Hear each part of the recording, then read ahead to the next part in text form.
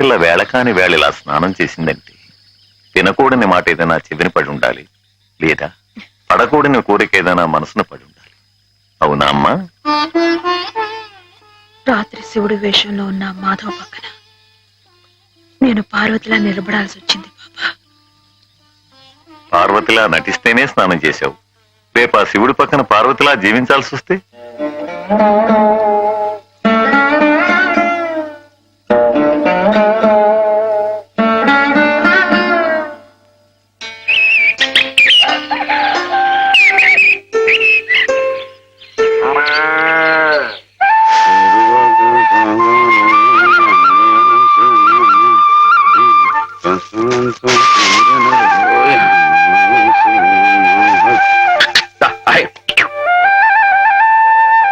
హేమా, పెద్ద ముత్తైదువులు ఆ చీరేమిటి, పాల కోసం ఆ బిందె ఏమైంది నీకు ఇవాళ? ఏం కాలా, నేను వెళ్ళి నీళ్లు తీసుకొస్తాను, నువ్వు వెళ్ళి పాలు తీసుకురా. రోజు నువ్వు వెళ్ళి పాలు తీసుకొచ్చేదానివి, ఇవాళ కొత్తగా ఏం మార్పు వచ్చింది? నిన్నటి ఆదివారం వెళ్ళిపోయి వాళ్ళ సోమవారం వచ్చింది, అదే మార్పు. పెద్ద మాటలు. నేనెప్పుడో నీళ్లు తీసుకొచ్చేసాను, నువ్వు వెళ్ళి పాలు తీసుకురా. టైంకి సరిగ్గా కాఫీ అందకపోతే ఒక్క నిమిషంలో సోమవారాన్ని మంగళవారం చేసేస్తాడు నాన్న. నువ్వు వెళ్ళు.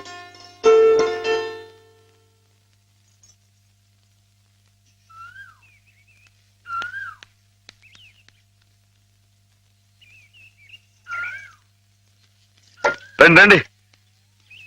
ఏంటమ్మా గారు ఆలస్యంగా లేచారంటండి? కళ్ళు కలవల్లా ఉన్నాయి. పాలు పాలు రెడీయేగానండి. రాత్రి స్టేజ్ మీదకి అసలు నిజంగానే ఆదిశక్తి వచ్చినట్టుందండి. చూశారు కదండి రాత్రి మీరు వచ్చిన వంగత వాళ్ళందరినీ ఎలా ఉతికి పారేశారో. పాలు రాత్రి దెబ్బతో నాకు గట్టి నమ్మకం వచ్చేసిందండి. నాకు ఎప్పుడు ఏ ఆపద వచ్చినా మీరు వచ్చి కాపాడేస్తారని. నువ్వు జాగ్రత్తగా ఉంటే నీకు ఆపదలు ఎందుకు వస్తాయి అసలు? ఎదుటివాడిని చదవగలిగే లౌక్యం నీకు రావాలని రోజు దేవుడికి దండం పెట్టుకుంటున్నాను. నిజమా అమ్మాయి గారు? రోజు నా గురించి మీరు దేవుడికి దండం పెట్టుకుంటారా? పాలు చూడు. బాగుంది నాన్న, బాగుందండి. శుభం. మరి అబ్బాయికి అమ్మాయి నచ్చింది కాబట్టి ఆ ఇచ్చిపుచ్చుకోవడాలు కూడా మరి బాబు, అబ్బాయి గారికి అమ్మాయి గారు పాస్ అయిపోయి సరే అండి, మరి అమ్మాయి గారికి అబ్బాయి గారు పాస్ అవ్వట్లేదు ఏంటండి? అయ్య బాబా. వెళ్తాం గారు, మిమ్మల్ని కొంచెం అలా బయటికి రండి. రండి. అమ్మాయి గారు, మీకు పెళ్లి కొడుకు అన్ని విధాలా నచ్చితేనే ఈ పెళ్లి జరుగుతుంది, లేకపోతే జరగదు. చెప్పండి, మీకు అబ్బాయి నచ్చాడా? ఆడపిల్లలు నువ్వు ఇట్ట అడగగానే అట చెప్పేస్తారా? రైటేలేండి, ఇటప్పుడు కొంచెం ఇరకాడంగానే ఉంటుంది. ఓ పని చేయండి, అబ్బాయి మీకు నచ్చితే నవ్వుతూ తలదించుకోండి, నచ్చలేదు అనుకోండి కోపంగా నాకేసి తిరిగి చూడండి. అయ్యి బాబాయ్, అదేంటండి? అటు నవ్వు కాదు, ఇటు కోపం కాదు, అటు బాధగా చూసి అర్థం ఏంటండి? నాన్నని, చెల్లెల్ని, మిమ్మల్ని అందరినీ వదిలి వెళ్ళాలంటే బాధగా ఉంది. రైటేనండి, ఆడపిల్ల అంటే అంతే కదండి. పాపం రేపు హేమ గారు కూడా అంతేలే. వదిలేస్తే లింకులు పెట్టేస్తాడు. నీకాయన నచ్చారా లేదా అది చెప్పు.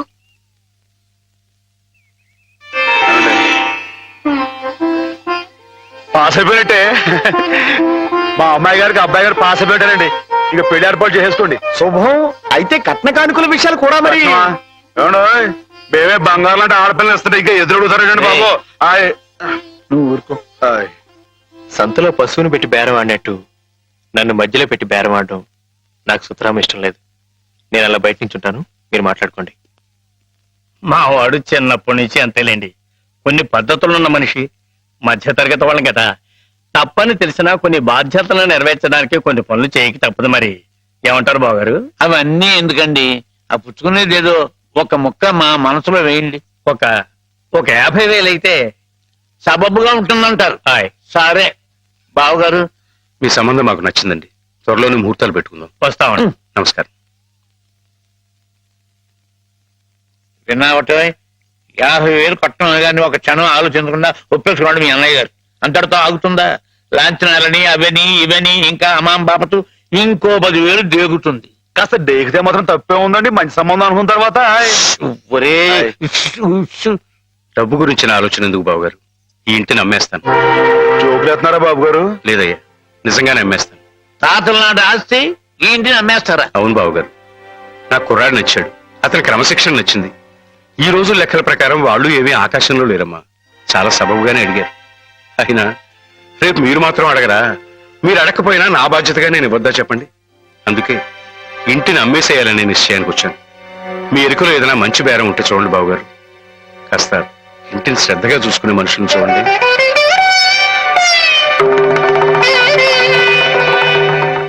బామ్మగారు, ఎవరు? మాధవ. హాయ్. రా బాబు కూర్చో. మా వెధవా ఇంట్లో లేడు. నేను మీతోనే పని నుండి వచ్చానండి. నా కోసమా? ఉమ్. ఏమిటి బాబు? నేను మిమ్మల్ని ఒకటి అడుగుతానండి, మీరు కాదనకుండా నాకు మాట ఇవ్వాలి. ఏమిటది? ముందు మాట ఇవ్వండి, తర్వాత చెప్తాను. సరే, మాట ఇస్తున్నాను. ఏమిటో చెప్పు. ఇదిగోండి, ఈ డబ్బు తీసుకోండి. డబ్బా? హాయ్. ఎందుకు? ఇది మీ డబ్బుగా బాబు గారికి మీరు ఇవ్వాలి. నా డబ్బుగా బాబు గారికి ఇవ్వాలా? హాయ్. ఎందుకని? లలితమ్మ గారికి మంచి పెళ్లి సంబంధం కుదిరిందండి. 50,000 దాకా కట్నం అడిగారు. ఆ డబ్బు కోసం బాబు గారు ఇల్లు అమ్మేస్తున్నారు. ఇల్లు అమ్మేస్తే ఆయన ఏమైపోతారు పాపం? అందుకే కదండి ఈ డబ్బు ఇస్తున్నాను. నాకు ఎప్పటి నుంచోనండి బాబు గారి పుస్తకాలు వచ్చేయించాలన్న చిన్న ఆలోచన ఉందండి. ఆ కోరిక ఉపయోగించుకుని ఈ డబ్బు బజార్ కింద ఇచ్చామనుకోండి, ఆ పెళ్లి ఖర్చుకి ఉపయోగపడుతుంది, ఆ ఇల్లు నిలుస్తుందండి. అవును, ఇంత డబ్బు ఎక్కడిది నీకు? అప్పు చేశావా? నాకు ఆవులున్నాయి కదండి, అందులో కొన్ని అమ్మేశానండి. మిగతావేమో బేరం పెట్టాను. ఇలా అన్ని అమ్మేసుకుంటే నువ్వేం తిందామని? మరెవరే, మీరంతా లేరేంటండి? మీ ఇంటికి వస్తే ఓ ముద్దు పెట్టరా? నాకు ఈ సాయం చేసి పెడతారు కదండి. మారేడు దళం శివుని పాదాలు తాకాలంటే ఏ చేతులు కాదంటాయి? ఎంత దొడ్డ మనసురా నాయనా నీది. ఏమిటి బామ్మగారు, నా కావ్యాలను మీరు అచ్చువేస్తారా? అది కాదు బాబు గారు, మా వారు బోరుడు హైవేజ్ నాకు వదిలి వెళ్లిపోయారు.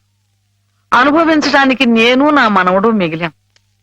ఆ డబ్బు ఇలాంటి పుణ్యకార్యాలకు ఉపయోగిస్తే నా జన్మ తరిస్తుందనిపించింది. బామ్మగారు ఏంటండి పొద్దునే జన్మలు అయ్యి అంటున్నారు?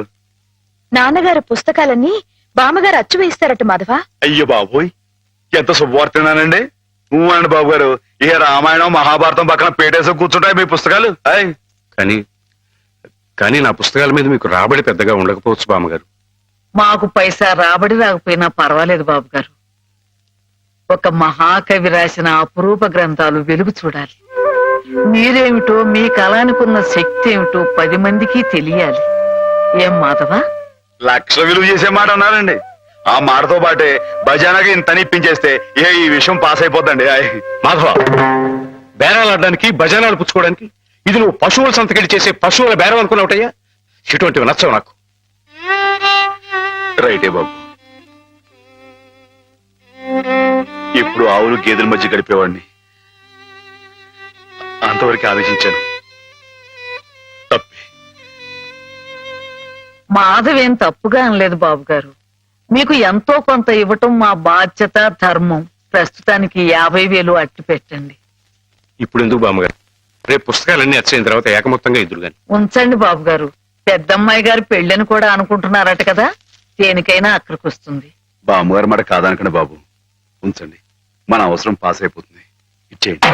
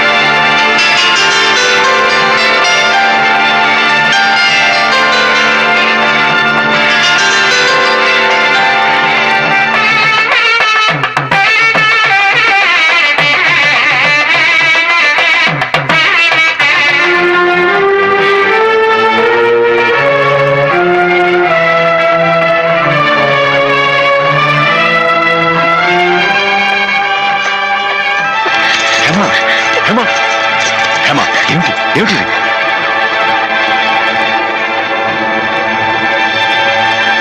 ఏంటండి అమ్మాయి గారు, ఏమైందండి? ఏం లేదు.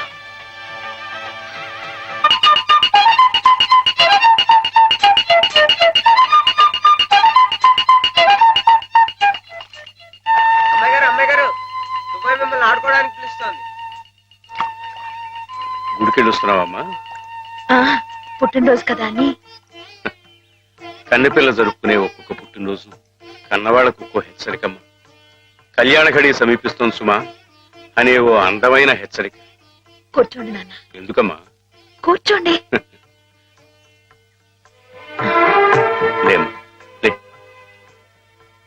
ఈ పుట్టినింటి మహారాణి మెట్టినింటి మహారాణి పిల్లపాపలతో సుఖ సంతోషాలతో వర్ధిల్లాలమ్మా. అన్నట్టు మీ అక్కయ్య నీకు ఉత్తరం రాసిందమ్మా. ఆహా, ఏం రాసింది నాన్న? నీకు పుట్టినరోజు శుభాకాంక్షలు పంపింది. నువ్వు కూడా దానికి వెంటనే శుభాకాంక్షలు అందజేయాలి సుమా. దేనికి? మీ అక్కయ్య నన్ను తాతం చేయబోతోందమ్మా. నిజంగా? మా నాన్న తాత అయిపోతున్నాడు. బామ్మగారు వచ్చారేమో, ఒకసారి వాళ్ళ ఇంటికి వెళ్ళి చూసొస్తానమ్మా. పోరా, జరుగుతుంది చూడకూడదు. ఇదిగో ఉత్తరం ఉత్తరం. ఇటు అమ్మాయి గారు, అమ్మాయి గారు, అమ్మాయి గారు, అమ్మాయి గారు, ఈవేళ పిఠాపురంలో ఆవులు పోటీ కదండి. నేను గంగ నివసం బయలుదేరుతున్నానండి. మా చంటిగాడు నేను లేని కదా అని తలా ఇస్తారేమో, మీరు కాస్త దగ్గర నుంచి చూసుకోండి. ఇప్పుడే బయలుదేరుతున్నావా? మరి సాయంకాలం కదండి పోటీ. పోనీ మధ్యాహ్నం వెళ్ళకూడదా? మధ్యాహ్నం బయలుదేరితే టైం ఏమి మిగులుద్దండి. ఆవు కాస్త అలుపు తీర్చుకోవాలన్నా ఈ సర్దుకోవాలన్నా ఇప్పుడు వెళ్ళడం రైట్ అండి. సరే, నీ ఇష్టం. ఉంటానండి. అదేమిటి? ఇంతకీ కావాల్సిన ఆవిడ మర్చిపోయానండి. ఈ ఏడాది కూడా బహుమతి నాకే పాస్ అయిపోవాలని కోరుకున్నారు కదండి. నువ్వు అడిగితే కదా. అయ్య బాబు, అడగాలండి. కోరుకోండి బాబు. సరే, నీదే. చాలండి.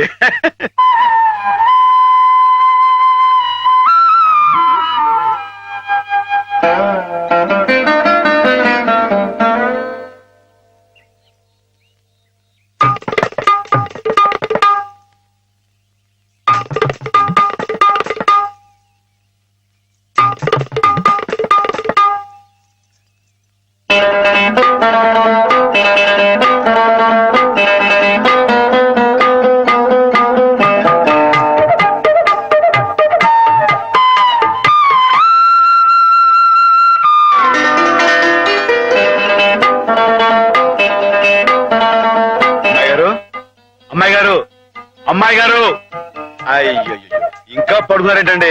ఈవేళ మీ పుట్టినరోజు. లేవండి, అబ్బా లేవండి, కూర్చోండి. ఇదిగోండి, ఈ ఎన్నపూస ఒంటికి రాసుకుని ఈ మేగడతో మొహం రుద్దుకుని ఈ పాలతో తలారా స్నానం చేయండి. పాలతో స్నానం చేయడానికి నేనేం దేవతనా? కాకపోవడం ఏంటండి, అంతకన్నా ఎక్కువేనండి. రానంటే చంపేస్తామని వచ్చాను కానీ లేకపోతే వాళ్ళు వచ్చేవాడు కదా బాబు. ఏం పాపం? అంతర్వేది వెళ్లాల్సింది. ఎందుకో? మా ఆవిడ సముద్ర స్నానం చేద్దాం రమ్మంది. ఏమిటి విశేషం? ఇవాళ కార్తీక పౌర్ణమయ్యా బాబు. అందుకే కాబోలు అమ్మాయి గారు మధ్యాహ్నం వెళ్ళకూడదా అన్నారు. బండలకు తిప్పు. దేనికి? ఈ ఏళ అమ్మాయి గారు పుట్టినరోజే బాబు. నమస్కారం అమ్మా. ఎప్పుడు వచ్చారు?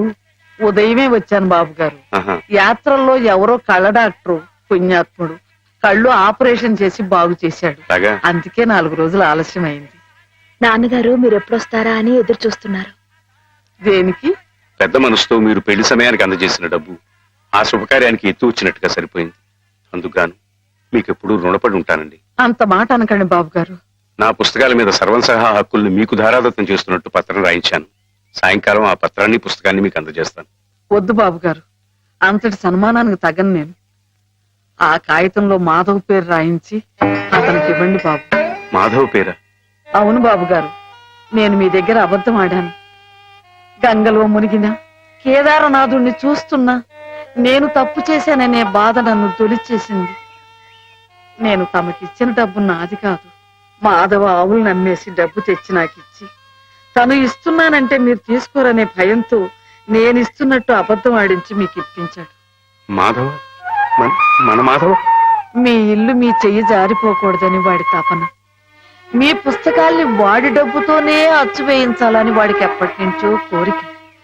అందుకే పుస్తకాలకి బయానా రూపంగా కొంత డబ్బిస్తే మీ ఇల్లు నిలుస్తుందని అలా చేశాడు బాబు గారు.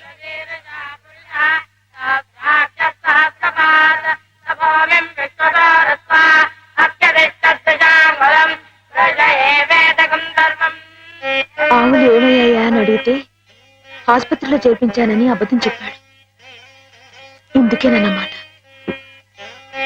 మన్ను తినలేదని ఆ రోజు గోపాలుడు చెప్పిన అబద్ధం పెంచిన తల్లిని పునీతురాల్ని చేయడానికైతే మమత నిండిన ఈ గోపాలుడు ఈనాడు చెప్పిన అబద్ధం పెంచిన పంచని 10 కాలాల పాటు చల్లగా నిలపడానికమ్మా. నన్ను యువతలి గట్టుకు చేర్చిన మహనీయుడు అవతలి గట్టునే ఆగిపోయాడమ్మా. ఒక్కసారి పండి మాధవం తీసుకురాగలవా? అలాగే నాన్న.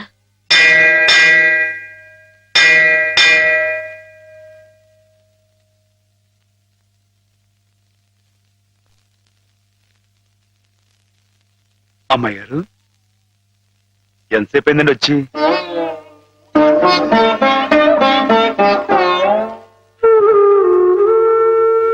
ఏంటమ్మాయి గారు అలా కొత్తగా చూస్తున్నారేంటి? నువ్వు చాలా కొత్తగా కనిపిస్తున్నావు మాధవ. అయ్యే బట్టలు అదే పని అదే మొహం, నేను కొత్తగా ఊరుకోను అమ్మాయి గారు. నాన్నగారు నేను వెంటనే తీసుకురమ్మన్నారు. అలాగా పదండి.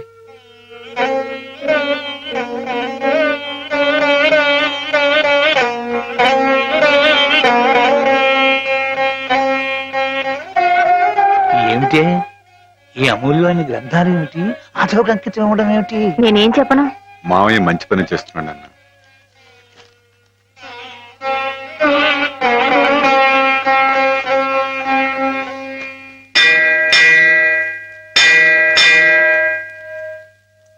నాన్న,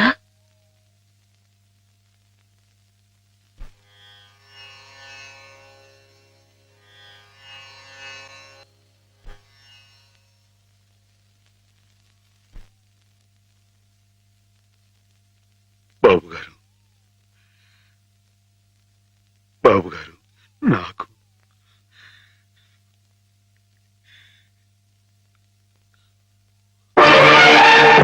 బాబు గారు నాన్న, బావ, నాన్న, నాన్న.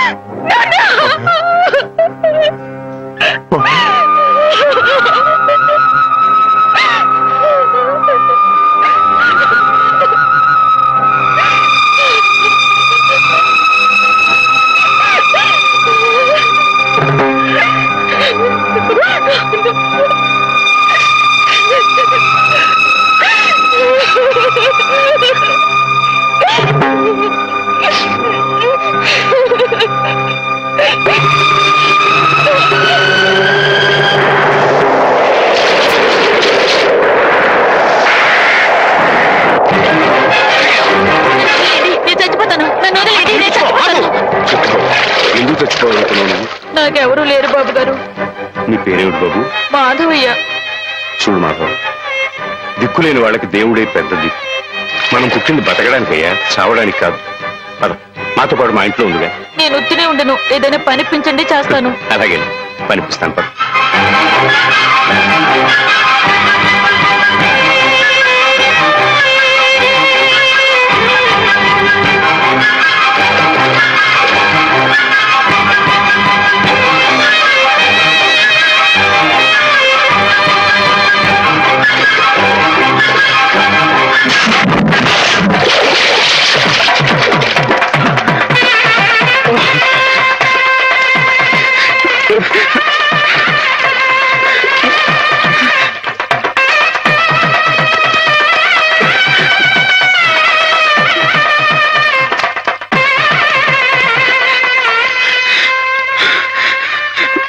మహేశ్వరుడు, పరమేశ్వరుడు, లోకరక్షకుడు, ఇవన్నీ నీ పేర్లేక?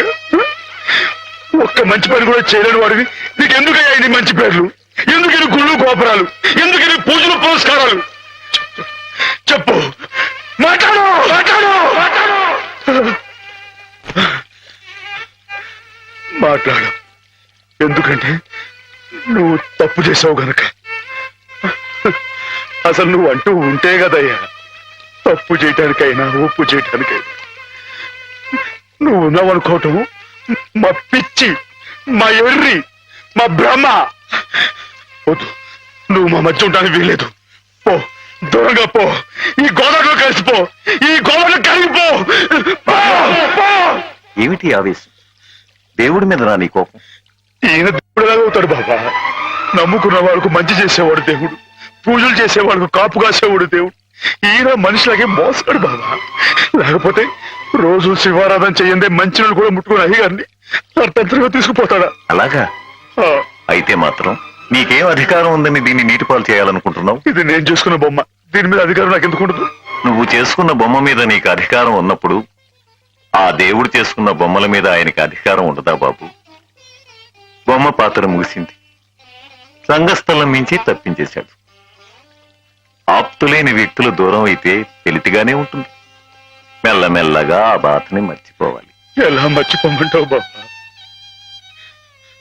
10 మాటల్లో 5ంటికి అర్థం చెప్పలేని వాడిని ఆయనతో పాటు సమానంగా కూర్చోబెట్టి ఆయన రాసిన పెద్ద పెద్ద పుస్తకాలన్నీ నాకు అంకితం చేశారు.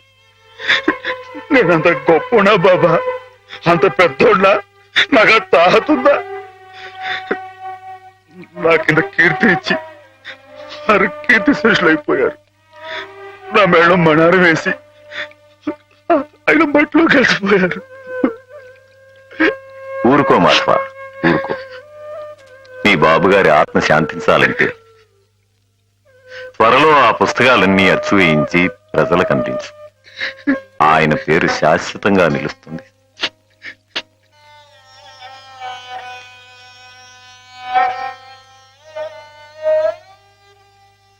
ఇక నాన్నగారి పుస్తకాల సంగతి మర్చిపో మాధవ. ఈ ఇల్లు నిలబెట్టాలనుకున్నావు, అందుకు నువ్వు కష్టపడింది నష్టపోయింది చాలు. ఆ రుణం మేం తీర్చుకున్న తర్వాత ఆ పుస్తకాలు అప్పుడే అచ్చు వేయించచ్చు. మీరు రుణం తీర్చుకుంటారా అమ్మాయి గారు? అయితే ఆ డబ్బు నేను అప్పుగా ఇచ్చానండి. ఆ మాత్రం డబ్బుకే మీరు రుణం అనుకుంటే, అయ్యా అమ్మా ఏ దిక్కులేదు, నన్ను చిన్నప్పటి నుంచి అయ్యగారు సాకారే, మరి ఆయనకి ఎంత రుణపడి ఉంటానండి? అయ్యగారు లేదు కదా అని మీ ఇష్టం మాట్లాడితే పాస్ అయిపోద్దు అనుకోమాకండి. అది కాదు మాధవ, నా ఉద్దేశం అది కాదు. పుస్తకాలు అప్పు చెప్పేటప్పుడు అయ్యగారు నన్ను రామయ్య అన్నారు, కృష్ణయ్య అని పిలిచారు, కృష్ణదేవరాయలు అన్నారు. నేను నిజంగా అంత గొప్ప అని కాకపోయినా కనీసం వాళ్ళ మంచితనంలో కొంతని చూపించుకునేవండి. నీకు మించిన బరువును మోస్తున్నావనే కానీ మరేం లేదు మాధవ. నీ ఇష్టం. నాన్నగారిని చనిపోకుండా బ్రతికిస్తానంటే మాకు మాత్రం సంతోషం కదా? మనం ఎవరూ కాదని ఆయన బతికించేది. ఆయన రాసిన ప్రతి అక్షరంలో ఉన్న ప్రాణం, ప్రతి పదంలో ఉన్న భావం.